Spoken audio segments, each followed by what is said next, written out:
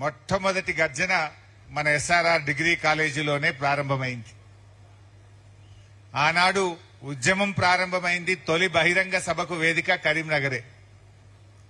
కేసీఆర్ ఆమరణ నిరాహార దీక్షకు అలుగునూరు చౌరస్తాలో కేసీఆర్ ను అరెస్టు చేసి మలిదశ ఉద్యమం ఉధృతం కావడానికి కూడా కరీంనగరే వేదిక. తొలి జిల్లా పరిషత్ చైర్మన్ 2 జిల్లాలు గెలిచినాం, నిజామాబాద్, కరీంనగర్. తొలి జిల్లా పరిషత్ చైర్మన్ ను గెలిపించి బీఆర్ఎస్ జెండాను ఆశీర్వదించిన నిరాహార దీక్షకు అలుగునూరు చౌరస్తాలో కేసీఆర్ ను అరెస్టు చేసి మలిదశ ఉద్యమం ఉధృతం కావడానికి కూడా కరీంనగరే వేదిక. తొలి జిల్లా పరిషత్ చైర్మన్ రైతు రుణమాఫీ విషయంలో మాట తప్పినవో ఆ రోజే నీ పని అయిపోయింది. దేవుడి మీద, రాజరాజేశ్వర స్వామి మీద ఒట్టుపెట్టి మాట తప్పినోడిని మన రాజరాజేశ్వర స్వామి క్షమిస్తాడా? అయిపోయింది నీ పని, అదే రోజు అయిపోయింది. దేవుణ్ణే మోసం చేసినావు నువ్వు. నిన్ను ఈ దేవుడు కాదు కదా, రాష్ట్ర ప్రజలు కూడా నిన్ను క్షమించేటువంటి పరిస్థితుల్లో లేరు. ఏదేదో పిచ్చి పిచ్చి డైలాగులు కొడుతుంటాడు. నిన్న కేసీఆర్ గారిని పట్టుకొని పశుపతి అంటాడు. నువ్వేంటిది మరి, భూతపతివా? ఇప్పుడు ఆ నేపాల్లో హిందువులంతా, ప్రపంచ హిందువులంతా పూజించే పశుపతినాథ్ దేవాలయం ఉంటది నేపాల్లో. పశుపతినాథ్ అంటే పశువులను, సమస్త జీవకోటిని కాపాడేటువంటి ప్రతిరూపం, శివుడికి ప్రతిరూపం పశుపతినాథ్. మరి కేసీఆర్ గారు అంత అద్భుతంగా రైతులను, రైతుల చేతుల్లో ఉండే పాడి పశువులను అందరినీ కాపాడి రాష్ట్రాన్ని అద్భుతంగా అభివృద్ధి చేసిండు. నువ్వు కేసీఆర్ గారు పట్టుకొని ఏదో బూతులో సినిమా డైలాగులు కొట్టినంత మాత్రాన ప్రజలు నమ్మే పరిస్థితిలో లేరు. ప్రజలకు అర్థమైంది కేసీఆర్ గారు ఏందో, కేసీఆర్ గారు చేసిన పనులేందో ఇలా రాష్ట్ర ప్రజలకు అర్థమైంది. నిజంగా కేసీఆర్ గారు ఉంటే ఈ కరువు కాలంలో, ఇప్పుడు ఎల్ నినో వచ్చింది అంటున్నారు, ఎల్ఎండీలో మనోళ్ళు పోయి నిన్న హాకీ ఆడినరు, ఫుట్బాల్ ఆడినరు, క్రికెట్ ఆడినరు, నేను చూసిన. ఆ పరిస్థితి ఎందుకు వస్తుండే? ఇలా ప్రపంచవ్యాప్తంగా ఎల్ నినో వచ్చింది. కాలం కాదు, వర్షాలు పడై కరువు వస్తుంది అని చెప్తా ఉన్నారు. అందుకే కేసీఆర్ గారు దూరదృష్టితోని కరువు వచ్చినా, కాలం కాకపోయినా పక్కా నీళ్లుండే మేడిగడ్డ నుంచి కాళేశ్వరం ప్రాజెక్టును రూపకల్పన చేసింది. ఇలా కాళేశ్వరం అంటే మీ అందరికి తెలుసు, కరీంనగర్ వాళ్ళకైతే మనకు బాగా తెలుసు. కాళేశ్వరం అంటే 3 బ్యారేజీలు, 18 రిజర్వాయర్లు, 17 పంప్ హౌజులు, 203 కిలోమీటర్ల గ్రావిటీ టనళ్లు, 1500 కిలోమీటర్ల గ్రావిటీ కెనాల్లు, సబ్ స్టేషన్లు, ఇవన్నీ కలిపితే కాళేశ్వరం. అన్ని బాగున్నాయి కదా. ఇలా ఆ కాళేశ్వరం గొప్పతనం ఏంటంటే దాన్ని 3 భాగాలుగా వాడుకుంటాం. మంచిగా కాలమైందనుకో, మంచి వర్షాలు పడ్డాయి అనుకో, మనం మిడ్ మానేర్ నుంచి మాత్రమే మోటార్ లాంచ్ చేసి కాళేశ్వరం నడిపించుకుంటాం. సగం సగం కాలమైందనుకో, ఎల్లంపల్లి దగ్గర మోటార్ లాంచ్ చేసి కాళేశ్వరం నడిపించుకుంటాం. ఎక్కడ కాలం కాలే కరువు పడ్డదనుకో, గప్పుడు మేడిగడ్డ కాడ మోటార్ లాంచ్ చేసి నడిపించుకుంటాం. పోయిన 2 ఏళ్లు కాలం మంచిగా అయింది. రేవంత్ రెడ్డి అంటాడే కాళేశ్వరం లేకపోయినా పంటలు పండినాయి అంటాడు. కాళేశ్వరం లేకపోతే అడికెళ్ళి పండుతాయి. పోయిన 2 ఏళ్లు కాలం మంచిగా అయింది. ఎల్లంపల్లికెళ్ళే మోటార్ లాంచ్ చేసినాం, మిడ్ మానేర్కెళ్ళే మోటార్ లాంచ్ చేసినాం, బ్రహ్మాండంగా పంటలు పండినాయి. మా సుంకె రవిశంకర్ గారు ఉన్నారు. ఎలా ప్యాకేజ్ 8 లక్ష్మీ పంప్ హౌస్ ఎక్కడుంది? రవిశంకర్ గారి కాన్స్టిట్యున్సీ చొప్పదండిలో ఉంటది. ప్యాకేజ్ 8 లో మోటార్లు ఆన్ చేస్తేనే కదా వరద కాలువలో నీళ్లు పోయి బంగారం వల్ల పంటలు పండినాయి.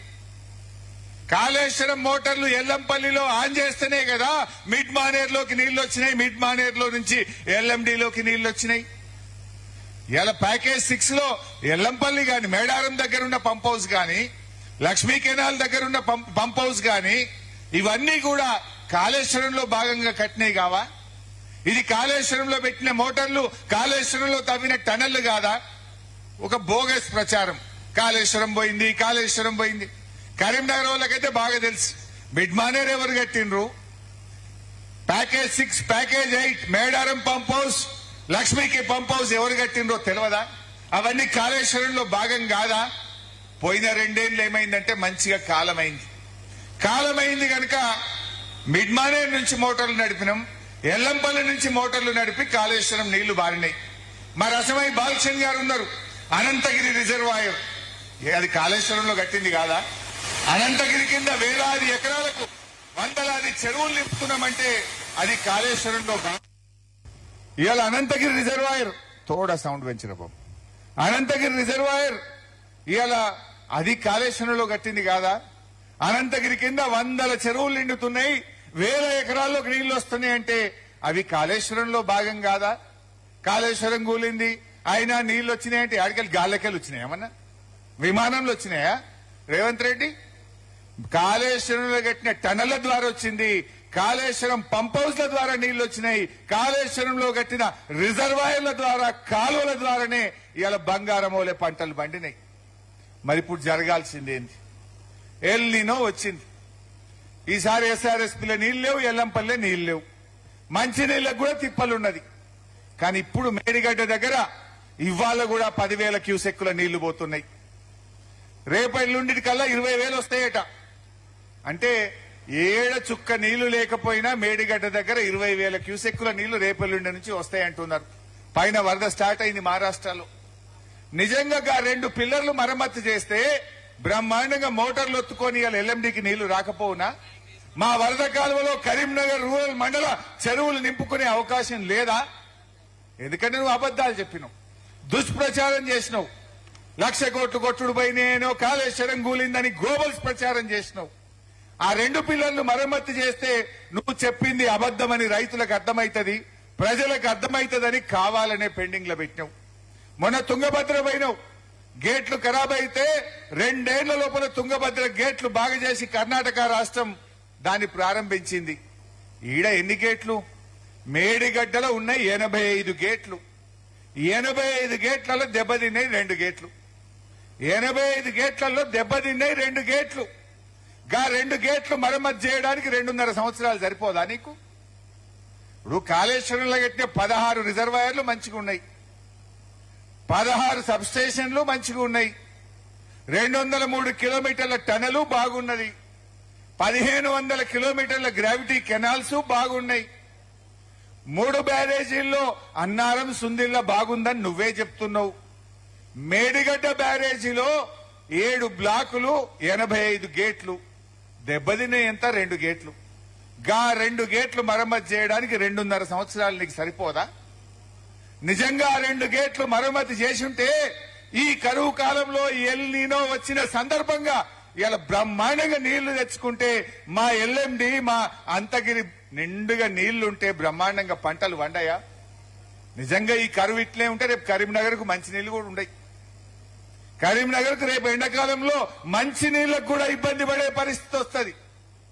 అంటే ఎల్నీలోనేమో ప్రకృతి తెచ్చింది, కానీ మనకు దురదృష్టానికి రేవంత్ రెడ్డి రూపంలో డిసెంబర్ 7, 2023 మనకు రేవంత్ రూపంలో ఒక ఎల్నినో వచ్చింది.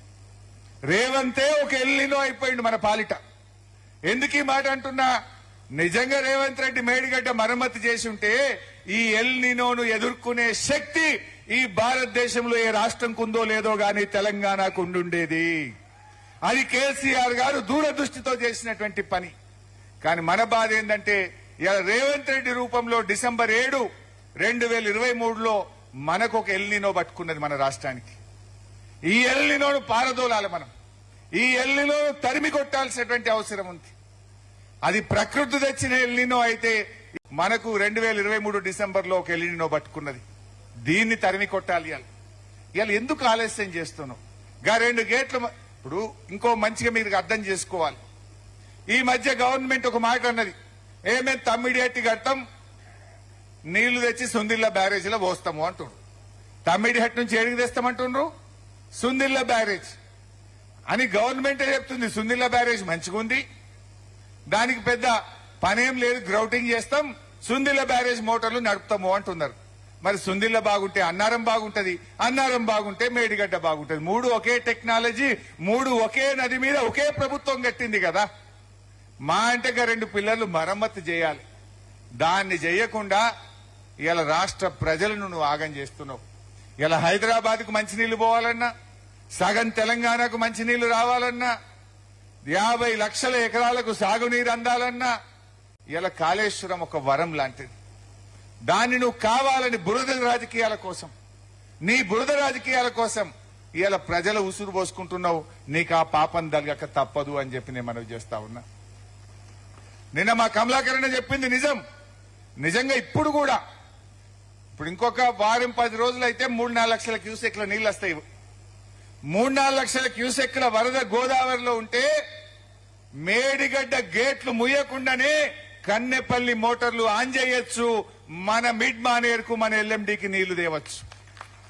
రేవంత్ రెడ్డి నీకు చిత్తశుద్ధి ఉంటే, ప్రజల మీద ప్రేమ ఉంటే